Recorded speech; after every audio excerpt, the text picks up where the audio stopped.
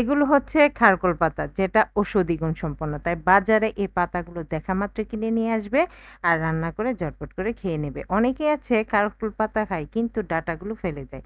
আমার আজকের রেসিপি সেই ফেলে দেওয়া খারকোল ডাঁটা দিয়ে। আর আজকের এই রেসিপি দেখার পর কথা দিচ্ছি কেউ কখনো খারকোল ডাঁটা ফেলে তো দিবেই না, বরং রান্না করে চেটেপুটে খেয়ে নেবে। তাহলে চলো দেখতে থাকো আমি কিভাবে কি করছি। সেজন্য দেখতে পাচ্ছ খারকোল ডাঁটাগুলো কিন্তু আমি খুব ভালো করে বেছে তারপর কেটে ধুয়ে নিচ্ছি। আর এখানে আছে কাঁঠালের বিচি। বিচিগুলো আমি কেটে ধুয়ে নিয়েছি।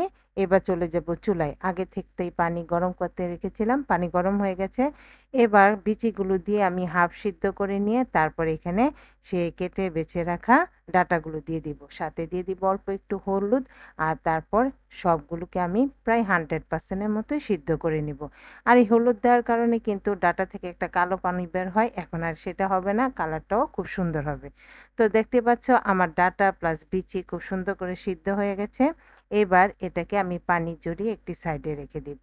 আর এভাবে আগে সিদ্ধ করে নিলে যদিও কিছুটা চুলকানোর ভয় থাকে, সে চুলকানোর ভয়টাও চলে যাবে, খেতে লাগবে দুর্দান্ত।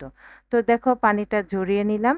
এবার এই ডাঁটা আর বিচি একটা সাইডে রেখে দেব আর বাকি রান্নাটা করে নিব। সেজন্য আবারও চলে যেতে হবে চুলায়। সেম প্যান বসিয়ে দিব আর তারপর দিয়ে দিব পরিমাণ মতো তেল। তেল গরম হয়ে গেলে দেখো এখানে দিয়ে দিলাম ছোট টুকরো করে কেটে রাখা বেগুন। আর বেগুনগুলো কিন্তু আমি অনেকটাই চিকন করে কেটেছি। যেহেতু ডাঁটাগুলো চিকন সেজন্য বেগুনটাকেও চিকন করে কেটে নিয়েছি। আর তারপর লবণ আর হলুদ দিয়ে আমি এবার বেগুনটাকে লাল লাল করে ভেজে নিব। তো দেখতে পাচ্ছ অনবরত নেড়েচেড়ে আমি কিন্তু বেগুনগুলো লাল লাল করে ভেজে নিয়েছি। আর এভাবে লাল লাল করে ভেজে নিবে। আর ভেজে নিলে তারপর সুন্দর করে আমি তেলটা ঝরিয়ে একটি প্লেটে তুলে রাখবো। সবগুলো বেগুন আমি একটি প্লেটে তুলে রাখবো আর তারপর সেম প্যানে বাকি রান্নাটা শেষ করে নিব। সেজন্য এখানে দিয়ে দিব দেখো পেঁয়াজ কুচি, থেতু করা রসুন আর কাঁচামরিচ। এই ৩টি দিয়ে দিলাম। দিয়ে এবার অনবরত নেড়েচেড়ে লাল লাল করে ভেজে নিব।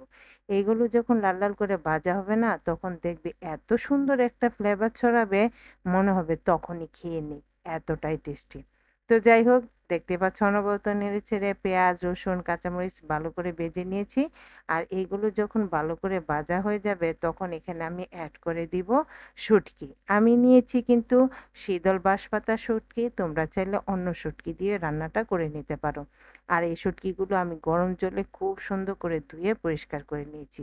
শুটকিগুলো দিয়ে দিলাম। দিয়ে এবার এই শুটকি এবং পেঁয়াজ রসুন একসাথে ভেজে নিব, যেন কোনো রকম কাঁচা গন্ধ না থাকে। কাঁচা গন্ধ থাকলে তখন কিন্তু আর ভালো লাগবে না। তো দেখতে পাচ্ছ সুন্দর করে কিন্তু ভেজে নিচ্ছি। আর এই শুটকিগুলো গুণ হচ্ছে যখন সুন্দর করে ভাজা হবে তখন মাঝখান থেকে একটা কাঁটা আপনা আপনি ছেড়ে দিবে। বাস এই একটা কাঁটাই থাকে। আর এই কাঁটাটা ফেলে দিলে খেতে অসাধারণ লাগে, কাটার কোনো ভয় থাকে না। তো এভাবে সুন্দর করে কাঁটাটা আলাদা করে নিব। আর তারপর এখানে দিয়ে দিব পরিমাণ মতো পানি, যেন মশলাগুলো আমার পুড়ে না যায়। তো পানিটা দিয়ে এবার অ্যাড করে দিব আরো কিছু মশলা। দিয়ে দিলাম অল্প হলুদ গুঁড়ো, ১ চামচ ধনে গুঁড়ো আর ১/২ চামচ শুকনো মরিচের গুঁড়ো। সবগুলো দিয়ে দিলাম। আর এবার দেখো কাঁটাটা আমি ফেলে দিব। মশলাগুলো যেন পুড়ে না যায় সেজন্য একটু পরে আমি কাঁটাটা ফেললাম। আচ্ছা, এবার অল্প আঁচে সুন্দর করে আমি মশলাটাকে কষিয়ে নিব। দেখতে পাচ্ছ আমি কিন্তু অনবরত নেড়েচেড়ে মশলাটাকে কষিয়ে নিচ্ছি। এই সময় ধৈর্য ধরে একটু মশলাটা ভালো করে কষে নিবে। তাহলে কি পরিমাণ টেস্টি হবে যে এই রেসিপিটা তোমরা একবার ঘরে ট্রাই করো তাহলে বুঝতে পারবে।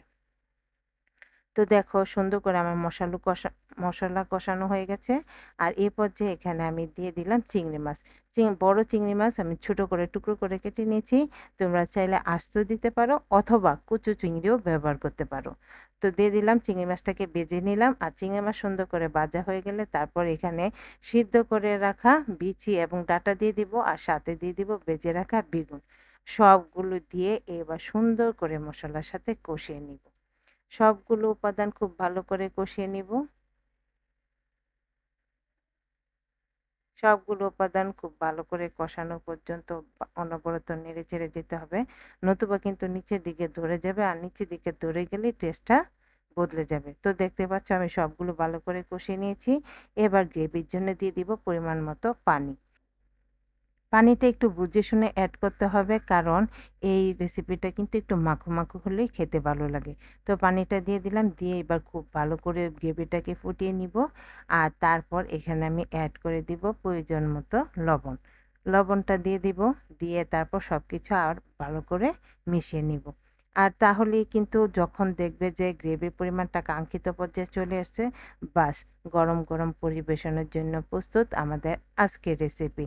দেখেই বুঝতে পারছো নিশ্চয়ই কতটা লোভনীয়। একদম কথা দিচ্ছি যে এই রেসিপি থাকলে সবাই মাছ-মাংস ফেলে দিয়ে একমাত্র এটা দিয়েই খেয়ে নিবে দুপুরের ভাত। এতটাই টেস্টি হয়। কথায় নয়, কাজে বিশ্বাসী। একবার ঘরে ট্রাই করো, তারপরেই আমি বুঝতে পারবে যে আমি কতটা ঠিক বা ভুল বলছি। তো আমার রেসিপিটা কেমন লাগলো কমেন্ট করে জানিও। আর ভালো লাগলে বেশি, বেশি করে শেয়ার করে দিও। আমার চ্যানেলটাকে সাবস্ক্রাইব এবং পেজটাকে ফলো করে দেওয়ার জন্য তোমাদের কাছে খুব বেশি অনুরোধ রইলো। দেখা হবে পরবর্তী নতুন কোনো ভিডিওতে। ততদিন পর্যন্ত সব্বাই ভালো থেকো। Tata, bye, by.